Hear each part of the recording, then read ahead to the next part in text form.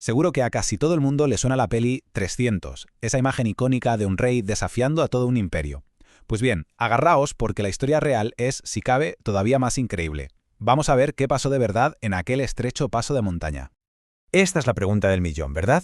¿Es posible que un puñado de soldados, por muy buenos que sean, puedan parar en seco a un ejército gigantesco? ¿O es solo una leyenda? Bueno, pues la respuesta está en los detalles, y es fascinante. Primero vamos a poner las cifras sobre la mesa para entender la situación. No eran exactamente 300 contra 1.000.000, como a veces se dice, pero la desproporción era brutal.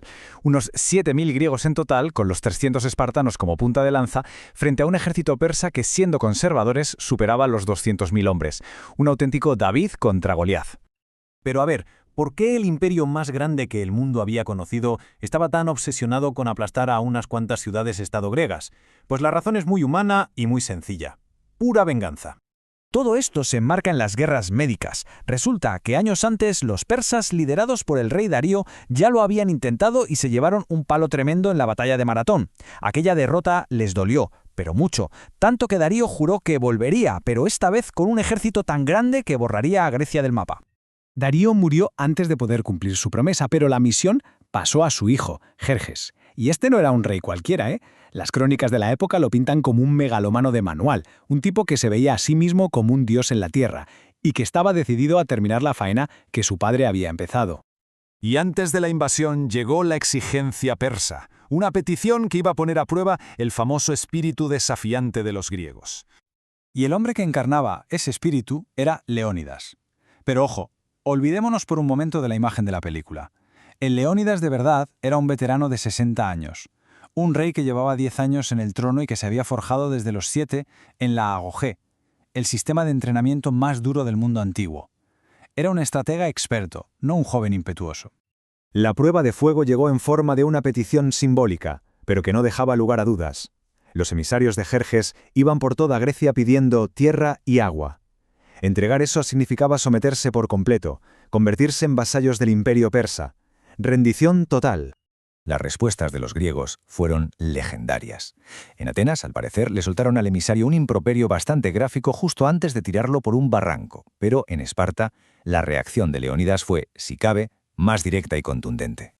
Cuentan que el propio Leónidas acompañó al mensajero persa hasta un pozo. Le dijo que ahí encontraría toda la tierra y el agua que buscaba.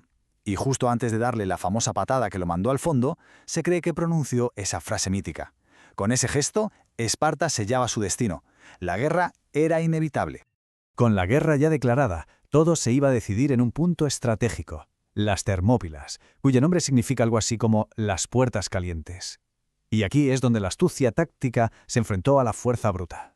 La clave de todo, pero de todo, fue la elección del terreno. Leónidas era un genio. Las Termópilas era un paso costero tan estrecho que el gigantesco ejército persa no servía de nada. Tenían que atacar en oleadas pequeñas, como si pasaran por un embudo. Su mayor ventaja, el número, quedaba completamente anulada. Y en ese embudo les esperaba el arma secreta de los griegos, la falange. Imaginaos un muro de escudos de bronce de casi 8 kilos, entrelazados, del que salió un bosque de lanzas. Era casi impenetrable. Pero la genialidad estaba en la rotación. Cuando una línea se cansaba, se retiraba y la de atrás, fresca como una lechuga, ocupaba su lugar. Podían luchar así durante horas sin bajar el ritmo. Los resultados del primer día son para no creérselos. Jerjes mandó a sus mejores tropas, y fueron masacradas. Al final de la jornada, los persas contaban sus bajas por miles. Del lado griego cayeron unos 100. Y espartanos, agarraos, solo 3. Incluso los inmortales, la guardia de élite de Jerjes, fueron diezmados. Aquella defensa parecía inexpugnable. No iba a caer por la fuerza, pero sí por la traición. Un pastor de la zona, por los motivos que fueran, le contó a Jerjes que existía un sendero secreto en las montañas, un camino que permitía rodear la posición griega y atacarles por la espalda. En cuanto Leónidas supo que estaban rodeados, comprendió que la batalla estaba perdida. Y tomó una decisión de líder. Despidió a la mayoría de sus aliados griegos. Les dijo que se retiraran para poder luchar otro día. Él, sus 300 espartanos y unos 1.200 griegos más que decidieron quedarse voluntariamente, se prepararon para una última defensa suicida, para morir matando. El sacrificio de Leónidas fue heroico, sin duda, y sirvió de inspiración para toda Grecia. Pero no nos engañemos, no fue lo que ganó la guerra. El golpe de verdad, el que obligó a los persas a hacer las maletas, se dio en otro lugar y fue obra de otra potencia griega. Después de superar las Termópilas, Jerjes tenía vía libre, avanzó sin oposición y cumplió parte de su venganza. Llegó a una Atenas completamente evacuada y la quemó hasta los cimientos. En ese momento parecía que la victoria persa era total. Pero aquí es donde los atenienses sacaron su as de la manga. En la batalla naval de Salamina hicieron una jugada maestra. Engañaron a la gigantesca flota persa para que entraran aguas estrechas, donde sus enormes barcos no podían maniobrar. Los ágiles trirremes atenienses los rodeaban y ¡zas!, los embestían con sus espolones de bronce, hundiéndolos uno tras otro. Le destrozaron la flota, le cortaron las líneas de suministro a Jerjes y no le quedó otra que retirarse. Aquella victoria aseguró la supervivencia de Grecia, pero el impacto más profundo, la venganza definitiva contra Persia, no llegaría con una lanza, llegaría a través de una cadena de conocimiento que esta victoria permitió que no se rompiera.